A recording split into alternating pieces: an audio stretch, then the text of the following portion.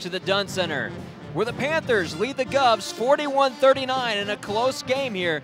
Tyler Hoard, tell us what happened in some of the action here. Well, right here you see the fast break offense, like we said, Eastern Illinois using it to their advantage. The left-handed layup from Anderson. That's the only point so far for Eastern Illinois in the second half. And there's Freeman over two big defenders, gives Austin Peay 8 points in the second half so far, as they're leading the second half, like I said, 8-2. Feet inside, there's Luke Petrowski, a big sky hook, no good. And Dylan Chapman really laid out for that one, as Josh Robinson and company will bring the ball down for the Govs. Robinson underneath Petrowski, he ties the game up. That was a beautiful sequence. Robinson takes it straight to the hole, makes it look easy, but it definitely isn't. Now a tied ball game here in the Dunn Center. As Reggie Smith drives in. Reggie Smith up and under. What a beautiful move from both of these guards. And now Smith has to show him my move can be just as good as yours, as he goes up and under. Looks like a windmill dunk, but it's a layup, and it's just beautiful that it just rolls in like that. Now a loose ball grab. That's Dylan Chapman. Jump ball possession arrow will actually go to Eastern Illinois. But what a sequence of events there. Two great lay-ins.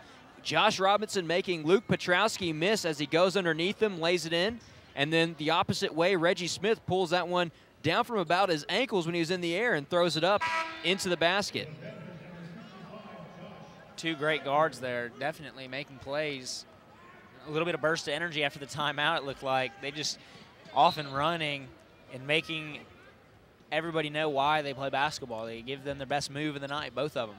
Back to Josh back. Piper checking into the game now for Eastern Illinois. This is his 116th career game in a Panthers uniform. He had 90 starts over his career in his last year with the Panthers. He's 9th on the EIU block list. Very good rim protector. As Piper spots up for two. And a mid-range shooter. There it is. The big man comes in, cold off the bench, hits his first shot of the night. Shooting 34% from the field. And I'll tell you this stat, he's 15th on the Eastern Illinois career list in three-pointers made. So we might see some shots from the big man outside, as we see one from Purvis here, but Reggie Smith with the big rebound. Reminds me a little Matt Bonner, rim protector, but with a three-point shot.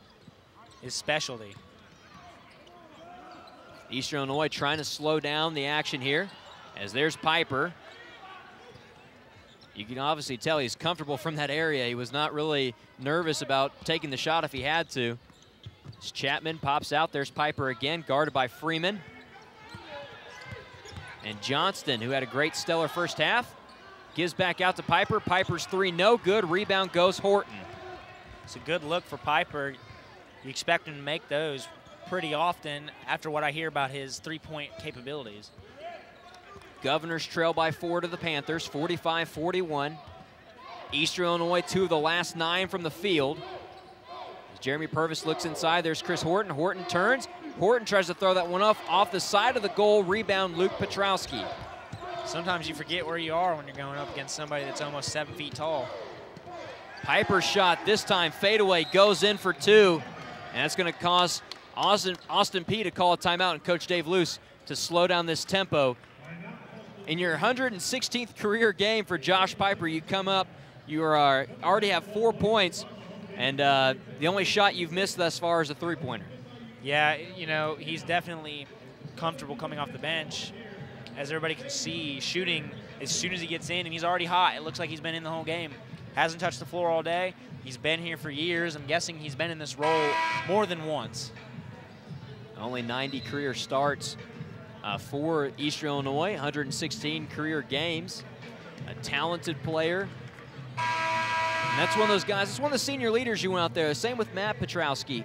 You know, obviously his younger brother starting for this Eastern Illinois team, but Matt Petrowski out here, Coach Spoonhauer knows how to use both these players very well, knows how to use Piper, Petrowski, both the Petrowski brothers, and even really keeping one of his stars, Trey Anderson, on the side. He's definitely mastered the art of the bench and the depth that he has on his roster, as he can use any guy at any time to make an impact, as you see with Piper. Ed Dyson trying to go inside. Matt Petrowski with the block, but a foul called on Dylan Chapman. That is Chapman's first, excuse me, that is his first foul. Actually, they called on Matt Petrowski, did they? They did. That's Petrowski's second foul of the night, actually. Looked to me like Chapman was the one who fouled.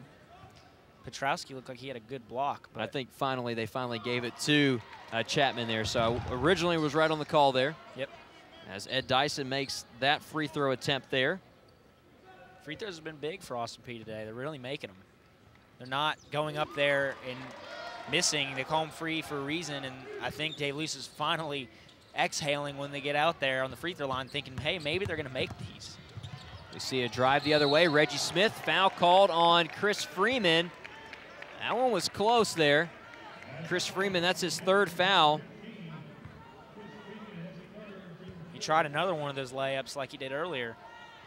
I think player coach there exchanging a little words there. Coach Spoonhauer talking to Reggie Smith, trying to calm him down a little bit before he attempts his free throws. Reggie Smith's first one rolls around and gets a friendly Dunn Center roll to fall in. Reggie Smith's no slouch at the free throw line, shooting 73% on the season.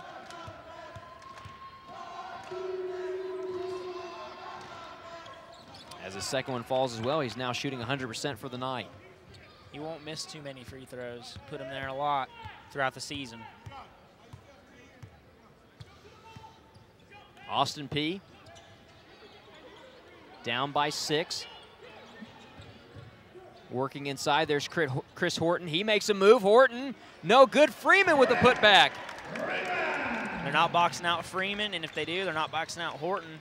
That on these plays where you see the tip in, timeout. Timeout. Yeah. That was good. That was a good call there by Reggie Smith. A bit in trouble there, Jeremy Purvis. Purvis has been playing that press defense on the inbounds. And he's been really guarding heavy on the inbounds, not letting him get anything easy. And that tip in by Chris Horton, Freeman. You know, Horton shoots it, Freeman comes in unblocked, and he just tips it in with his left hand easily on the defenders. And Petrowski didn't even see him, and the ball goes in the hoop, wondering who's boxing him out. But it was a great hustle, offensive rebound, second chance opportunity by Austin Peay. Just a slight touch by Chris Freeman. That one goes in, and Chris Freeman has really been the highlight reel of this game for Austin Peay. A lot of great talent by Chris Freeman. Coach Luce knows it. He's had Freeman for several years now, and Chris Freeman was one of those guys. He was kind of a guy that really had to get into the action. A lot of great big guys in front of him. Chris Horton came in, another big name, another big guy was in front of him, but Chris Freeman earning his time this season nonetheless, and really earning it today. He definitely improves every season.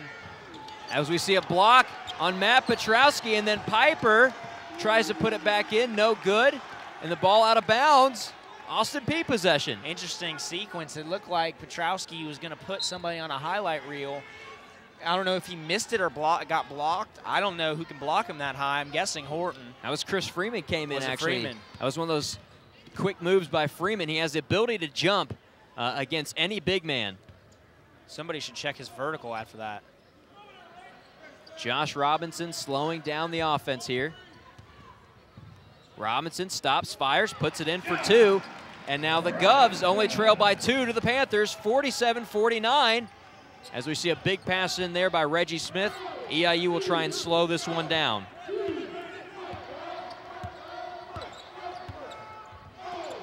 Reggie Smith on the side, guarded by Josh Robinson. Good ball movement from Eastern Illinois here. A lot of moves at Johnson. He's going to fire 3, and Cornell Johnson gets his first shot of the second half, and boy, was it a crucial one. He's 6 for 6 today, 4 for 4 from the 3 and 2 for 2 from the free throw line. Gotta like that. Has not missed a shot yet in this game as Ed Dyson spots up, no good. And he almost has a rebound there as well, picked up by Chapman though. And now over to Piper. Piper with the lay-in, thought the big man might bring it down. A little conservative there, as now Eastern Illinois up 54-47 over the Governors. 6:40 remaining here in the game. The veteran lays it in. 6'8" with the layup there.